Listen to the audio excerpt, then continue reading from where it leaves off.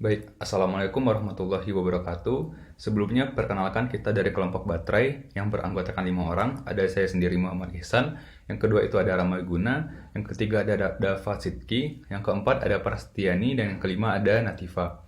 Nah, pada kesempatan kali ini kita akan membuat video yang dimana ini merupakan salah satu tugas dari mata kuliah pengembangan aplikasi website, yang mana tugasnya itu adalah perkenalan framework Laravel.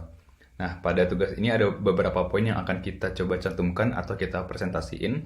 Yang pertama itu ada instalasi framework Laravel, yang kedua itu menjalankan atau mengcompile Laravel, dan yang ketiga itu menggunakan fitur migration dan seeder pada Laravel, dan yang terakhir atau yang keempat itu menggunakan fitur lain di Laravel. Nah, dan ini bersifat opsional. Nah, selanjutnya mungkin kita masuk ke tahap pertama, yaitu instalasi framework Laravel. Baik, langkah pertama kita akan melakukan instalasi Laravel di device kita. Nah, di sini kita sebenarnya banyak cara untuk melakukan instalasi, cuma di sini kita coba menginstal via Composer gitu. Nah, ini kita bisa lihat mengakses situs laravel.com, yang dimana di sini ada tata cara untuk menginstal Laravel. Dan di sini kita pilih instalasi via Composer. Nah, setelah itu bakalan ada kode, yaitu Composer create project Laravel /Laravel example apps. Nah, kode ini bisa kita copy. Lalu kita pergi ke folder dan sediakan folder kosong. Nah, di sana kita coba untuk klik kanan, terus klik git bash here. Nah, apabila sudah buka, kita coba untuk mencantumkan atau tempel kode yang sudah kita copy tadi. Dan kita coba klik enter.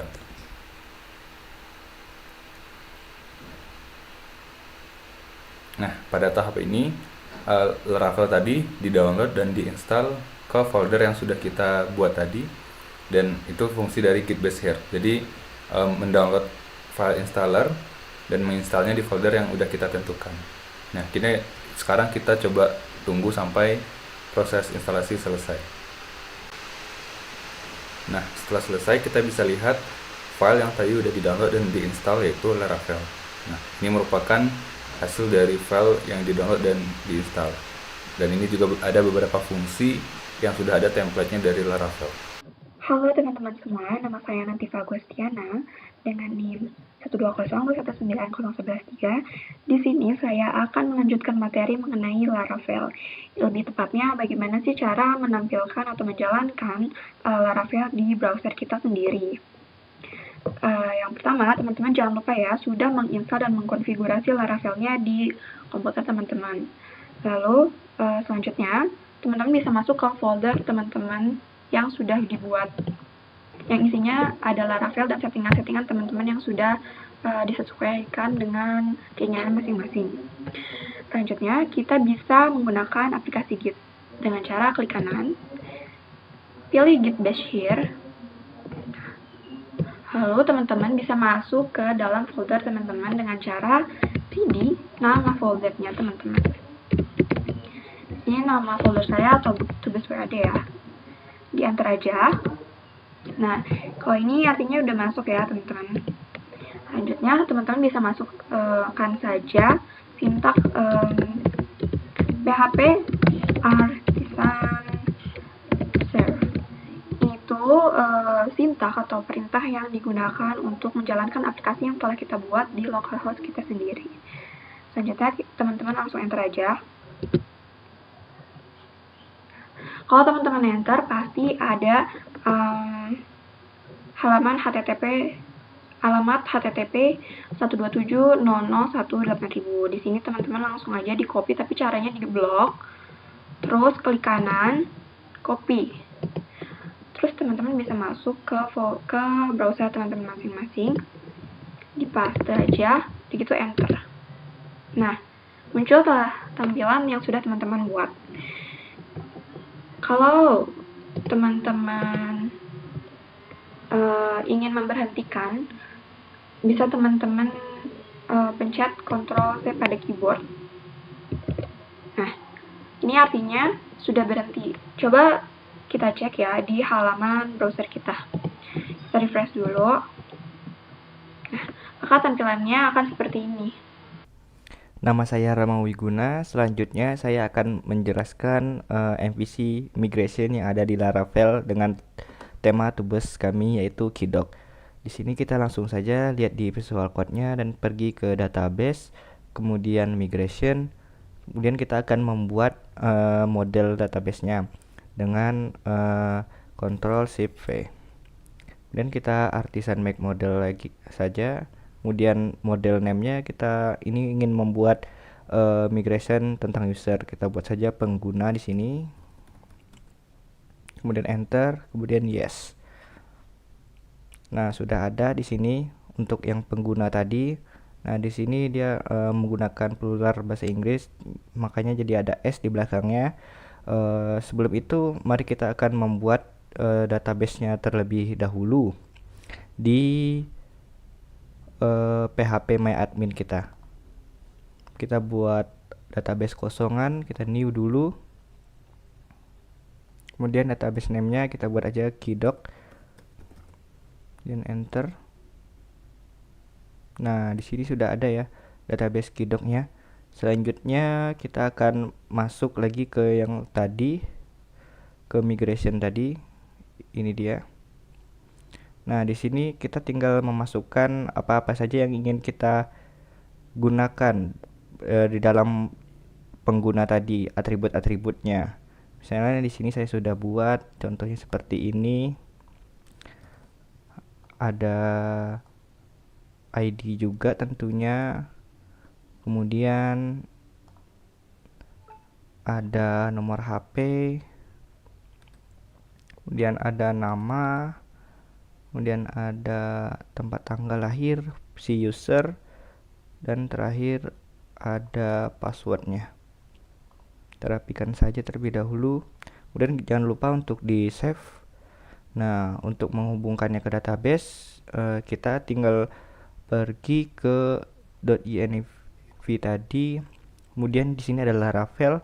Kita ganti dengan nama database yang telah dibuat tadi di PHP MyAdmin dengan Kidok.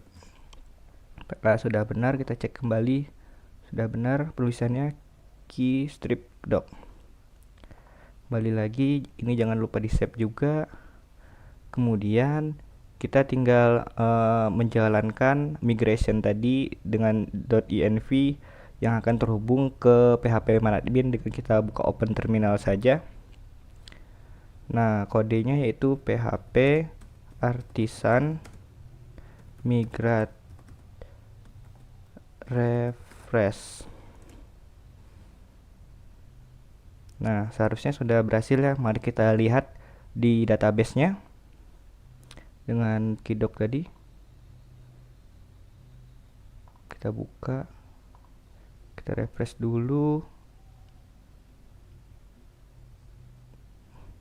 Nah, di sini sudah masuk ya yang user tadi, yang pengguna tadi dengan ID, nomor HP, nama, tempat tanggal lahir, dan password. Disitulah gunanya migration untuk menghubungkan ke database. Nah, di sini juga bisa kita buat relasi-relasi untuk foreign key-nya di sini juga. Terima kasih. Selanjutnya akan dijelaskan oleh teman saya.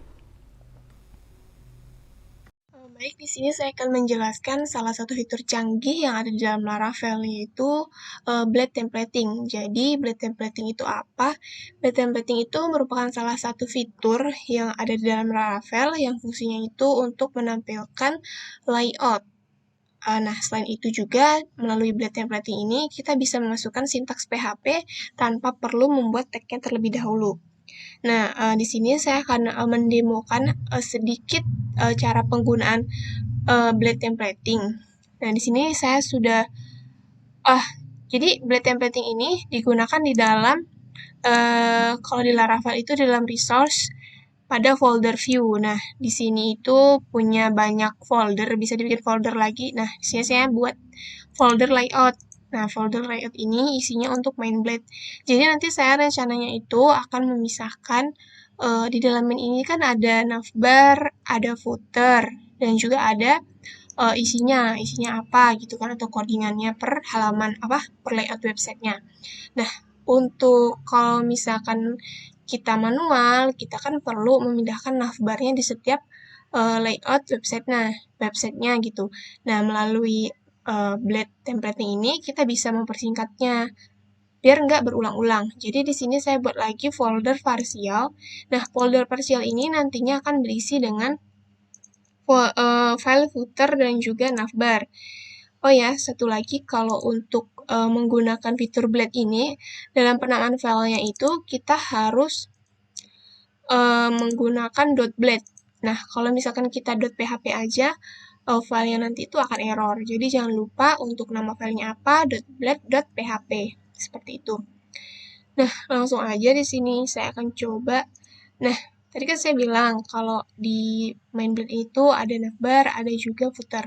Dan di sini saya akan mencoba memindahkan navbarnya ini ke file navbar. Nah, di sini ini ada typo penulisan. Semuanya rem dulu. Navbar.blade.php. Nah, di sini file navbarnya udah codingan navbarnya udah saya pindahkan. Jadi di sini cuma langsung pindahin aja. Jangan lupa di save, lalu balik ke main blade, save dulu. Nah, kita ambil footernya. Kalau ini untuk codingan footernya saya cuma contohkan dengan singkat. Mungkin nanti teman-teman bisa lebih mengembangkan lagi. Untuk main blade-nya jangan lupa di save. Nah, di sini itu untuk yang main blade-nya kita tuliskan di sini itu add include partial navbar. Jangan lupa partial navbar. Partial.navbar. Nah, untuk yang di bawahnya kita juga kasih partial.footer. Nah, tentunya kan ini udah sama nih, navbar dan juga footernya. Nah, di dalam pengkodingan itu kan nanti bisa aja isinya ini, badinya itu beda-beda. Nah, makanya di sini saya pengen bikin supaya bisa digunakan untuk berbagai halaman gitu. Jadi di sini saya bikin dulu tag div ya. Terus saya bikin kelasnya itu container. Nah, kelas container ini tuh akan mewakili kontainer-kontainer yang ada di file-file lainnya gitu. Nah, selain itu jangan lupa untuk menuliskan add yield. Add yield container. Nah, add yield inilah yang akan mewakili kontainer yang ada di file-file yang lainnya gitu. Nah, di sini kan ada nih codingannya ini. Nah, ini tuh kita pindahkan saja ke file index. Di sini sudah bikin untuk layoutnya itu index. Nah, di sini saya pindahin ke index. Nah, kalau di index untuk menjalankan atau kita untuk ngambil filenya yang tadi itu nggak bisa nih kayak yang navbar sama footer tadi langsung gini. Nah, kita harus kasih tahu dulu di child class-nya ini tuh kalau kita sedang menggunakan yang main blade gitu. Jadi kita bikin add extend layout.main. Seperti ini. Dan juga jangan lupa kita jalankan sectionnya. Add section container. Dan jangan lupa juga di end section. End section. Seperti itu. Dan mungkin sekian untuk penjelasan yang dapat saya berikan. Mungkin nanti bisa dilanjut oleh teman saya. Terima kasih. Assalamualaikum warahmatullahi wabarakatuh. Perkenalkan, nama saya Dava Sugite. Saya akan menjelaskan beberapa fitur Laravel, di mana Laravel ini merupakan framework dari PHP. Nah, di sini mungkin saya akan menjelaskan fitur yang ada di dalam resource, di mana di dalam resource ini terdapat folder view yang memudahkan kita dalam membuat suatu tampilan website. Nah, di dalam template ini terdapat nama file mainblade.php, di mana di dalam ini terdapat navbar dengan menggunakan bootstrap. Dengan adanya navbar ini memudahkan kita untuk memanggil halaman lain. Tentu saja dengan adanya mainblade ini kita bisa menggunakan fitur extend yang ada di Laravel, di mana jika kita pindah ke halaman lain, kita hanya perlu mengextend halaman ini. Mungkin nanti saya akan jelaskan. Di sini ada juga di dalam mainblade ini terdapat yield, di mana yield ini akan dengan nama name ini memudahkan kita dalam membuat suatu section. Nanti di halaman home mungkin bisa saya jelaskan. Nah, di sini kita tidak perlu lagi membuat apa yang ada di halaman kita tidak perlu lagi membuat navbar dengan menggunakan bootstrap. Kita cukup mengextend apa yang ada di mainblade ini. Kita cukup mengextend, jadi tidak perlu mengkopas lagi apa navbarnya atau struktur bootstrapnya. Kita tidak perlu lagi mengkopasnya. Kita cukup mengextend template.main ini, di mana section ini yang bernama name ini berada pada yield name ini. Jadi apa yang kita panggil itu berada di dalam kontainer yang di mainblade. Nah, misalnya ini div class text center, selamat datang di halaman home qdoc. Nah, apa yang ada ini terdapat di dalam kontainer. Mungkin kita bisa melihat di sini. Nah, ini nih sudah terdapat di dalam kontainer. Jadi kita tidak perlu membuat div kontainernya lagi. Dimana ini sudah dikasih text center. Mungkin selanjutnya kita bisa berpindah ke halaman profile. Nah, di sini kita juga menggunakan fitur extend dan section.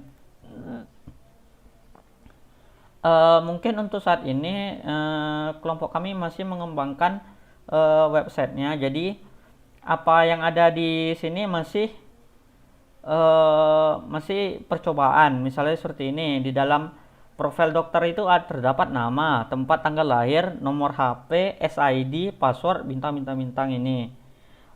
Mungkin kita bisa pergi ke halamannya. Di sini terdapat profil dokter. Nah, seperti ini. Ini hanya read only. Namun kedepannya nanti akan diberikan si dokter ini kan halaman dokter ya. Untuk halaman dokter, untuk halaman pasiennya beda lagi. Di mana pasien itu bisa membooking.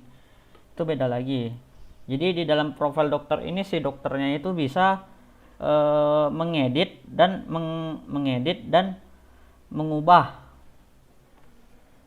atau mengubah nama, misalnya tempat tanggal lahir, nomor HP, SID ataupun password.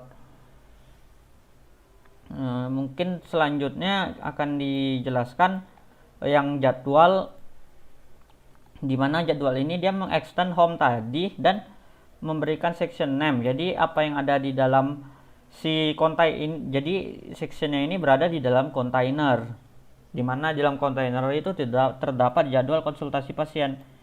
Habis itu selanjutnya dimasukkan lagi kontainer yang berisikan tabel, yang berisikan yang berisikan kolom urutan pasien, namanya dan jadwal pasien itu sendiri.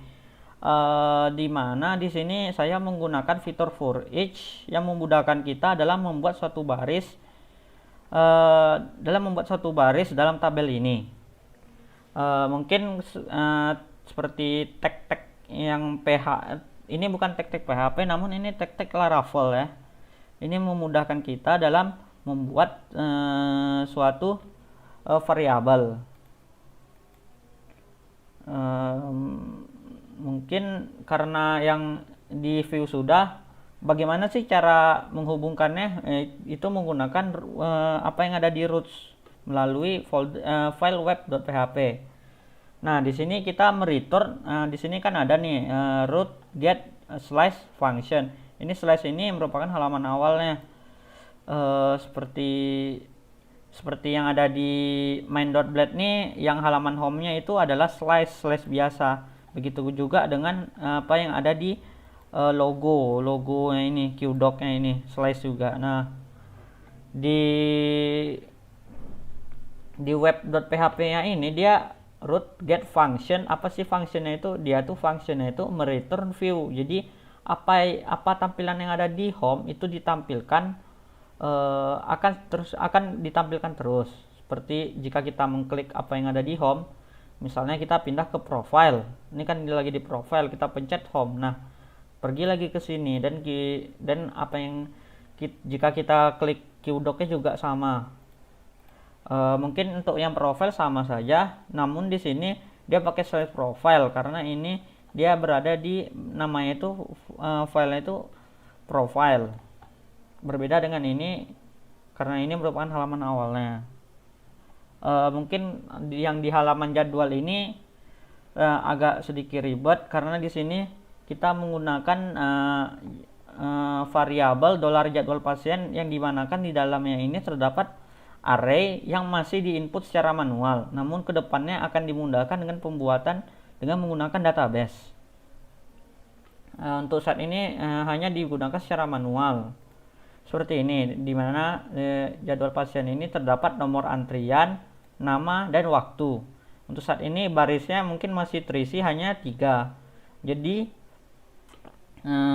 si functionnya ini dia di dalam ini terdapat variabel jadwal pasien dan mereturn apa yang ada di view-nya itu. View-nya itu halaman dari jadwal. Nah, di sini kita membuat variabel baru lagi, list namanya, yang berisikan jadwal pasien. Dengan ada list ini kita bisa memanggil ke halaman lainnya seperti ini.